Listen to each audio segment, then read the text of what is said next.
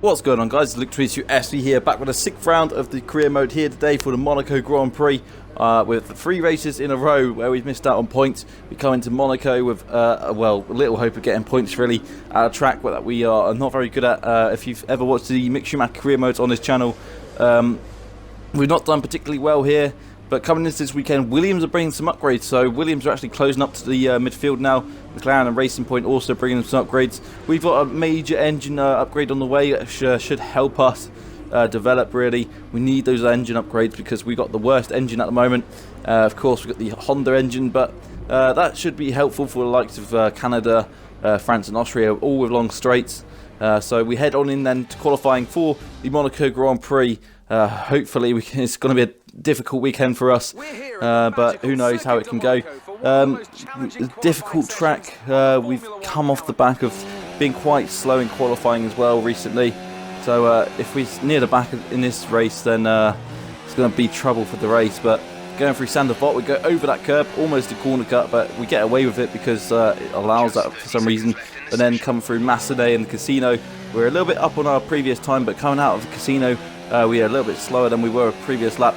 There we go, and this is our last attempt as well. So we're currently P18 ahead of Lance Stroll, who's at the back of the order like he normally is. But we come through Lowe's hairpin. We get we go better through the Lowe's hairpin this time. But then coming towards the Portier corner, just remembered it there. But now we come through the tunnel. Now we're still up a little bit, but on our previous times. Hopefully, to move us up the order a little bit as we come through the Nouvelle chicane. Can we go quicker than we did last time through the chicane?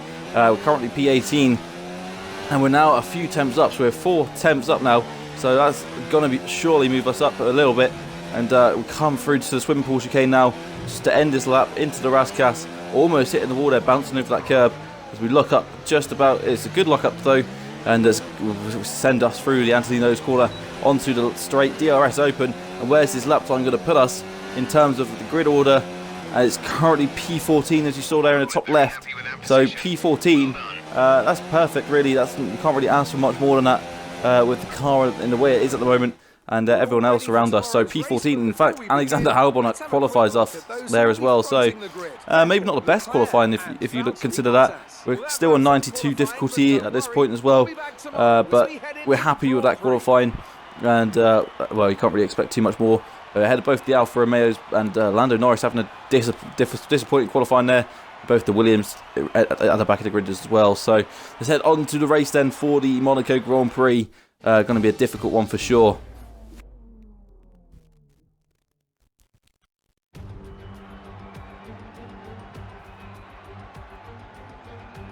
A proper road race, and in the true meaning of the word. That was how Mr. Monaco, the late great Graham Hill, once described this iconic event.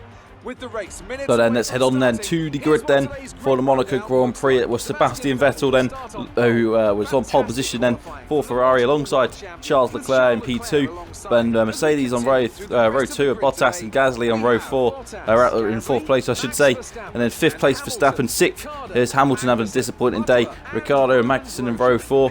And then Butler doing well compared to his teammate Roman Grosjean. Then Perez, Hulkenberg, myself and Albon on row 7. Both the Alfa Romeos on row 8. And then Lando Norris, George Russell, and then Lance Stroll and Robert Kubica reared up the grid as we head on into the race then for the Monaco Grand Prix. What can we do from 14th on the grid? Hoping for a good start. We're on the medium tyres as well, so everyone else around us is on the soft tyres. So we might be going a bit longer into this race. But there's lights out and away we go. We cut across straight away in front of the Alfa Romeo just so he doesn't get past us into turn 1. We get the best view into turn 1, diving down the inside of Albon and Hulkenberg into turn 1. Now alongside Nico Hulkenberg, he gets past us going up towards Massenet and the Casino. So we're currently behind him. We dive down the inside of Hulkenberg into the Massenet corner. So up into P13, a risky move. But there we go, up to P13, now diving it down the inside of our teammate into Mirabeau, and now we're up into 12. And now almost running into the back of Sergio Perez there, and deciding to make a move down the inside into the Lowe's hairpin, but it doesn't quite come off on Sergio Perez. So currently P12 made a little bit of contact with him there, but we gained 2 places at the start then. So that's not a bad start at all for us at the moment. So now we're carried on in 12th place. Ahead of Albon and ahead of Nico Hulkenberg, who's also on the medium tyres. So gained 2 places off the start. And we're 2 places away from the points, so maybe there's points possible in this race. We'll have to wait and see how this race unfolds, but we're on these medium tyres, so who knows where we'll be at the end of this race. But I'm not really too confident about this strategy at the moment, because if everyone else gets the undercut on those fresher medium tyres when they come into the pits, we'll lose track position, and track position's the most important thing around this track. So well, who knows, maybe it's good to go along and see if there's a safety car or virtual safety car and see if that slots us in anywhere, but who knows how this race will go. There's a good chance of safety car in this race, but we'll move on to lap 2. And now here's the replay of the start. See Vettel leading the way from Leclerc. Bottas looks like he jumped Leclerc at the start there, but further back there we can see we dive down the inside of Albon and Hulkenberg, cutting across in front of Weber, I think it was at the start, just to block him off, and we needed that route into turn 1 to actually make those moves on Hulkenberg. And then coming up into Massenet, we make the moves on Hulkenberg into Massenet and out of Casino. Now we're thinking about making a move on Albon. Everyone Constantine is up. It's actually quite harder to overtake because everyone decides to turn in on you on this game than it was on F1 2018. Perhaps if this was 2018, we'd have gained a few more places as we try to get it past Sergio Perez there in the racing point, but it doesn't quite come off. Both the Williams racking up the back of the grid. So Lance Stroll's gained a place on George Russell there by the looks of it as well. So as we come through the tunnel for the first time, we're up into P12. So good start then to this Monaco Grand Prix, as we get ahead of our teammate, which is the important thing as well, as we look up and go straight on a little bit. But that's not really a penalty. Now going on to lap 3, we're sort of drifting away from the pack in front of us, but we're staying ahead of Alexander Albon. So not really, we're just falling back. We're just starting to spread out a little bit in sort of in a race of our own really at the moment. But Albon's on these softer tyres as well, so really we should expect him to be on our back. But at the moment it's not quite happening, so we're just going to be settling into this race, just trying to keep the car out of the wall and just trying to go as fast as possible at the same time. Not an easy combination to do, but hopefully we can do that around here, and hopefully hopefully we can actually have a successful race around the streets of Monaco. But who knows. Currently we're doing quite well though. We're ahead of Alexander Albon, and it's just going okay at the moment. We go through the tunnel, and well, we got some issues to deal with as well, the engine issues as well, using some fairly warm parts, so it's going to be very difficult to balance everything in this race. But a bit of a worn gearbox, of course. You get 6 races with each gearbox, so this is our 6th race with our first gearbox, so it's on its last legs at the moment pretty much, so we just have to be mindful of that. And then we've got Sergio, we actually closed in a little bit, like it seems, on Sergio Perez and the cars in front, so perhaps we can actually fight these guys for points at the end of this race. Who knows? But we're actually quite up, and then you can see the engineer banging on about losing power and stuff like that. So, but power is not too important. But coming on to lap 6, we're actually quite close to Sergio Perez, and now we've actually closed in. We've dropped Alexander Albon, so it's looking good at the moment. We're actually looking quite competitive, despite being on 92 AI. I can't really say too much about how competitive we are. But there's a Haas in front of him as well. Looks like Devon Butler's holding these guys up. So it's Grosjean. Looks like Magnussen's involved here as well, and Sergio Perez as well. So perhaps this is undercut territory for one of us to pull off in this race. But again, if we do undercut, we'd have to go onto the hard tyres. So they're not going to be too racy around here. I wouldn't imagine too much. We've taken a bit of we've shot ourselves in the foot here, really, in terms of strategy. If we want to undercut these guys, we're going to have to put these hard tyres on and really go for it. But we decided to box at the end of this lap, and that's what we're going to do at the end of this lap. But as you can see, we're switching there to the hard tyres. Thinking about this undercut move, we've got Sergio Perez. Who knows? We're in the pit stop window now, so maybe these guys might consider the undercut too. So we'll have to be watching out for that. Maybe we'll stay out if they pit, or maybe we'll pit if they stay out. But we'll see as it comes to the end of this lap. But we're definitely going to be pitting this lap. Just changing the strategy then to these hard tyres, going for the undercut attempt. It may not work, but we have to try and take risks if we want to get points at the moment, because well, we took a risk in Spain and it didn't come off quite the way we wanted, and it didn't come off in Azerbaijan either, but we were just quite far off in China. But we've been close to points in the last 3 races, so if we can get close to points again today, perhaps do one better. But as you can see, Grosjean and Perez both pit at the same time, so we decided to come into the pits as well, and as does Devon Butler. So Magnussen's the only one staying out, so it looks like the undercut attempt might not work. We have to hope for a better pit stop than these guys. Butler's already had a good pit stop. My teammate's coming in as well, so that's not good for him. Perhaps the team should have said something to him. But we've come out the pits then, and are we ahead of the guys behind us? We're ahead of Grosjean and we're ahead of Perez, so that's worked perfectly. A treat for us. We're now in a net 10th place after the pit stops, So now we're ahead of those guys. We can actually compete and get a point here, although we'll be on hard tyres. Those are on the mediums, everyone else is going to be on the medium tyres, so we have to watch out for that. And now we're in P15. It was going to be a difficult race then. It's going to be just a controlling the race now. Just going to keep hold of this track position, and hopefully if we can get a good outlap, we might even be able to catch Magnussen out in the pits. Who knows? He's going to be on the soft tyres for this lap, we're on the harder tyres. Just depends whether we can get a good outlap and get an undercut on him. Perhaps he's going to have a good in-lap though. But again, these hard tyres are just not going to be good enough around this track.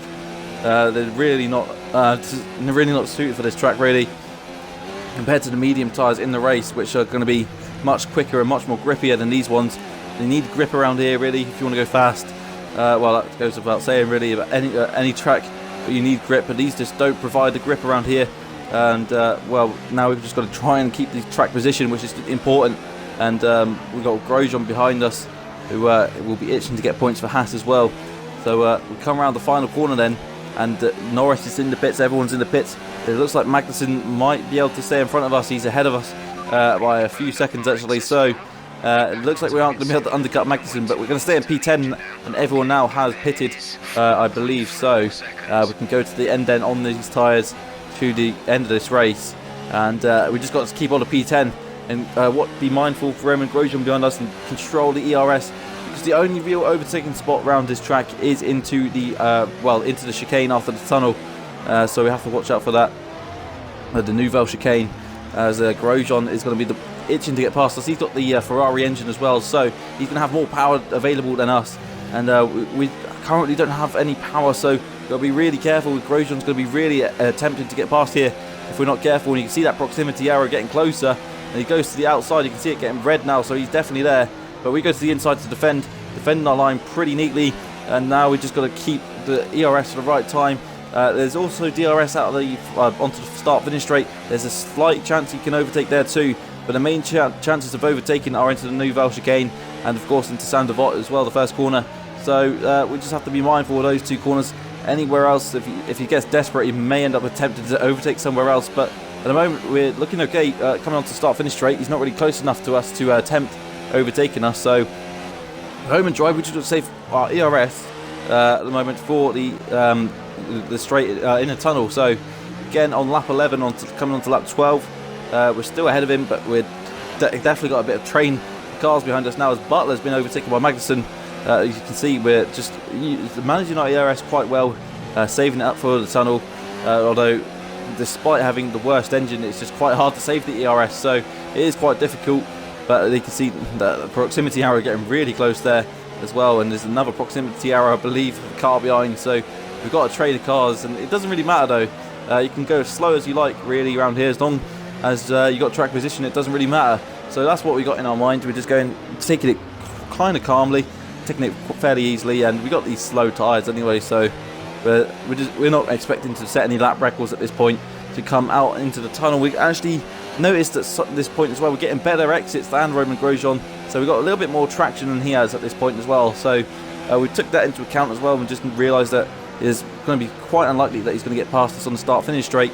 And the only really overtaking spot is going to be in the tunnel and onto the chicane. So that is something we've noted as well.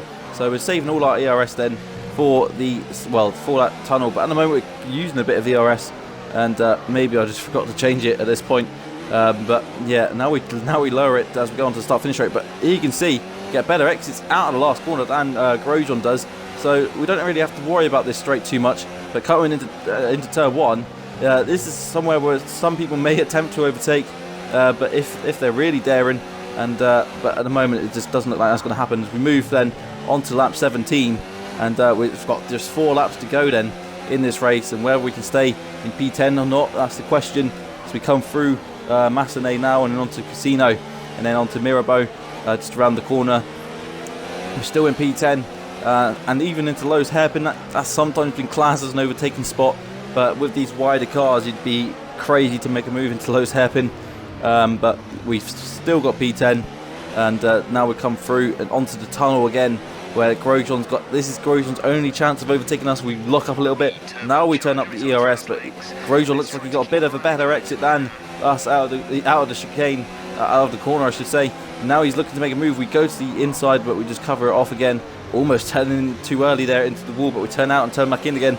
And coming on for the exit, we drop the ERS back down to none. And we're just having to manage all these things at the same time. All this ERS, all this fuel, all these engine issues and just everything else. Just trying to keep the car out the wall at the same time. This is the most stressful race I've definitely had probably in a long time playing F1 games as well. So despite only being a 25% race, this is very stressful stuff to actually deal with. And it was actually quite enjoyable at the same time, because having to deal with all this, it was actually just a bit of fun. But there we go, 3 laps to go then. Can Grosjean get past us into this corner? No, he can't. He's too far back. He may get desperate and start trying to overtake us in crazy areas. So we just have to be mindful of that. But we head into the Mirabeau now, and then onto Lowe's hairpin, and we're 17 seconds behind Devon Butler. So he's definitely dropping a lot of pace here. We're just going really slowly. We don't really care too much about lap times. Don't really care too much about pace. We're happy to hold up the Williams even as well. So again, coming out of this the Portier, we're actually not even using any ERS this time. We've realised that Grosjean's so far back, we might as well just save it, and that could come in handy for the last 2 laps of this race. If we save as much ERS as possible, then we should be looking quite good. Just 2 laps to go in this race for our first point. And we've lost points in Spain, we've lost points in Azerbaijan, we came close to points in China, and is it our time to get points in Monte Carlo? Surely now is our chance to get points. We've come close many times so far already this season, and surely the quest for points has got to end at this point. Toro Rosso is the only team that haven't scored points yet this season after 5 races, so after 6 races, surely we can score points here with just 2 laps to go. Roman Grosjean's now looking to get past us. He's on alongside us into Casino, and he's on the inside. Is he going to get past us? And now we come onto the exit of Casino. We force him out wide. We're not letting him past. There's no way we're going to be letting him past there. He's getting desperate now as Grosjean. So perhaps he's used his ERS there to try and get past us. So going through the tunnel, he might not be able to even get close to us. But Grosjean getting really desperate now, so that's a good thing to see almost, that he's getting desperate, because now we can just sort of relax and just stay calm as we come out of the tunnel into the tunnel, and now just relax for the last 1.5 laps. I think Grosjean's now potentially blown his chance of getting past us, because he wasn't anywhere near us going out on the exit of the tunnel there. So with just 1.5 laps to go, our quest for this World Championship point, our first point, could be about to come to an end as we come through to start the last lap very shortly, and we don't have to worry too much about Grosjean. We're fine. We just have to bring it home, don't hit the wall, and hopefully the car doesn't let us down either, because we've got so many issues. We could end up having the issue that the car just starts losing gears as well. We've had that before in F1 2018, but here we go, last lap of the race then. We're 20 seconds behind Butler, and so we're not going to be able to catch anyone up. And Grosjean again closing in on us as we go through Massenet into Casino, and then on the exit of Casino, which this is a potential overtaking spot again if you're brave enough, but just definitely it's better to be safe than sorry most of the time. And now coming to Lowe's hairpin, and Valtteri Bottas has won the race, and we're only going past sector 1. So that says a lot about our pace at the moment in this race. These hard tyres have been like driving on ice as well, so we've had the tyres to deal with. It's now just one last overtaking possibility then for Roman Grosjean as we come on the exit of the tunnel. Is now his move to make, and it doesn't look like he's going to make it. We just lock up, brake as late as possible, and that just disables any chance of him overtaking on us as we go through to back then. And now we just got to keep it calm and just navigate these last few corners, because our first World Championship point in this career mode is just around the corner. Literally now, it's just around the corner as we come around the final corner of this race, the final corner, and we're actually going to finish the race in Monaco. And I don't think we even hit the wall once this race, so that's perfect. We crossed the line in 10th place, pick up our first World Championship point, and that's perfect for us, getting our Toro Rosso's first point of the season, despite they'll probably be last in the Constructors still anyway, but it's just the points that count now. We just definitely, hopefully this will carry on a bit of momentum as well going into Canada. We'll see what happens there, but great result then for Mercedes. Valtteri Bottas winning from third place. He overtook both the Ferraris, so Vettel having a disappointing day by the looks of it. He dropped down to third. Leclerc ended up finishing second, so that's disappointing to see for Ferrari. Must have been to do with the pit stops then, I'm guessing, but we don't really care too much.